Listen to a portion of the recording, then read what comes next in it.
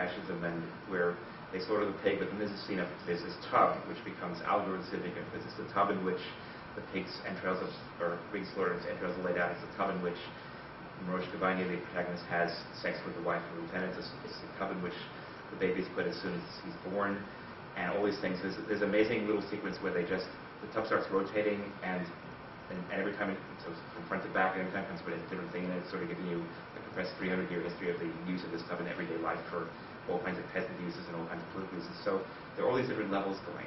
I'd say the same thing is true in a different way. In W.R. Mysteries of Organism, you have these vast allegories, but you also have, a lot of telling details, which comes up a lot of in the narrative thing. I mean, you have, on the one hand, you have these grotesque Soviet things about Stalin. On the other hand, you have Jackie Curtis from Warhol's Factory talking about the moment when he felt sexually fulfilled by giving a blowjob to a man for the first time in his life. You have all these so you have analysis of small gestures. And again, in the third film, again, I didn't say enough about the form in Porno Gang, but again, it starts out as an autobiographical diary of the filmmaker. It quickly goes beyond things, so that the fiction gets dropped, but it has handheld cameras, very much signifying sort of documentary photography, and a lot of the interaction among the members is kind of everyday life kind of moments. So I'd say, yeah, that tension's there. Yeah. First time skip. Marie now. With taxidermia, I feel like one of the striking things about that film is that the straight masculine sexuality is the sort of metaphor for political activity, as opposed to, I feel like feminine sexuality is the normal metaphor for metaphor in general. It's completely about dysfunctional masculinity across these three generations of three social systems. Right. But I feel like the masculinity is also like the vehicle for the commentary on the political, so it's like in this position of being the sort of means of saying something else as well as being the topic. And I guess I was just wondering if you, I don't know, any thoughts on that I can talk a little bit more about, because it feels striking. It feels like almost like the least patriarchal film I've ever seen, just in its use of that, of masculinity in that way. Well, I think, yes, I think, I mean, again, in the longer version, I hopefully say more about, I try to say more about that, but yes, I mean, it's a film which is kind of, it's, in a way, it's a kind of really anti-normative film, because it presents these three regimes. They all propose norms, which are norms of behavior, norms of society, how it functions.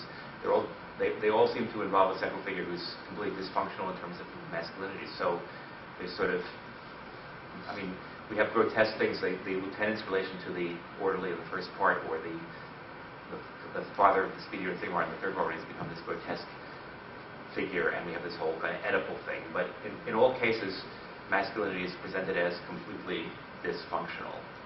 And again, it's done in a way in which, it sort of criticizes the very notion of normativity, I think.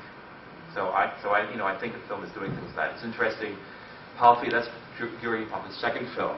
His first film, Ukle, which is also a very interesting experimental film, takes place in a small village in contemporary Hungary. It has no dialogue, it has lots of sound, but it's mostly like sounds of nature and sounds of trucks and sounds of industrial factories. And whenever people speak, you can't hear what they're saying because other sounds obstruct it. A few times people speak. And it's hard to figure out a narrative. It seems random at first, but ultimately, what it turns out at the end of the film, I'm sorry if I'm giving a spoiler here, but is that the women of the town are systematically, poisoning and killing their husbands and boyfriends for being such pigs, basically. He has a third film which hasn't shown here yet, so it's supposed to be an improvised film with 20-something actors about, sort of war of the sex, battle of sexes type of relationship, 20-something relationships and stuff. So I have no idea what that's like. He obviously tries to make a different film, a very different film each time. Scott, you? Yeah, I don't. This is an undercooked question. I'm still trying to figure out how to formulate the question, so apologies for a sort of abortive attempt at asking something. But I'm trying to figure out the sort of conceptual aspiration here, that there could be some other mode of imagining an alternative to capitalism, or maybe, but it doesn't look like that phrase. Like, the problem is when you think about the critique of utopianism, or the sort of Yeah. the fact that you're feeling like utopianism could be something positive again. It doesn't seem to me that that's untransformed, and so I'm wondering. I mean, have you?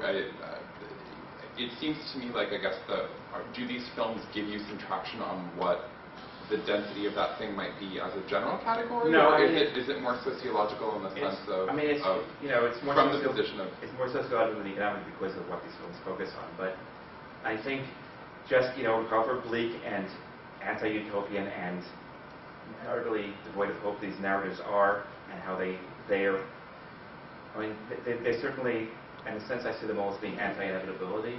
In a certain sense, in which our narratives in the U.S. and Western Europe and UK are giving us a certain inevitability. This goes back to Mark Fisher's reading of Children of Men, among other things, but it's very much my readings of the various works in my new book, which is coming out in December.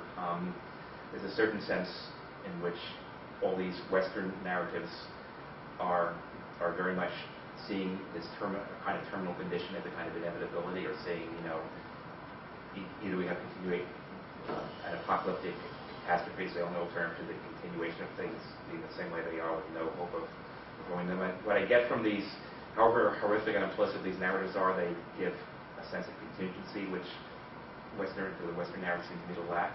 And again, I'm overgeneralizing, and I'm not saying this is true of all works, or all films, or anything like that. I'm carefully choosing the ones for which I could be able to say something like this. No, but is the claim that these offer resources for our own political imagination in the West? I don't know. I mean, I'm hoping they do. I'm hoping they do. I mean, it's sort of like, I'm a very cynical and dispirited person. I mean, did you vote today? I voted this morning, and I wrote on my Twitter feed that I was making the anti-Nietzschean choice in my voting, because I voted for Democrats, which meant I voted for the basically passive nihilism of cynical corruption and dishonesty, instead of the gleefully active nihilism which the Republican Party seems to stand for. So obviously Nietzsche would vote Republican because he's in favor of destruction, and I voted for what Nietzsche would consider to be the would-be last man bourgeois.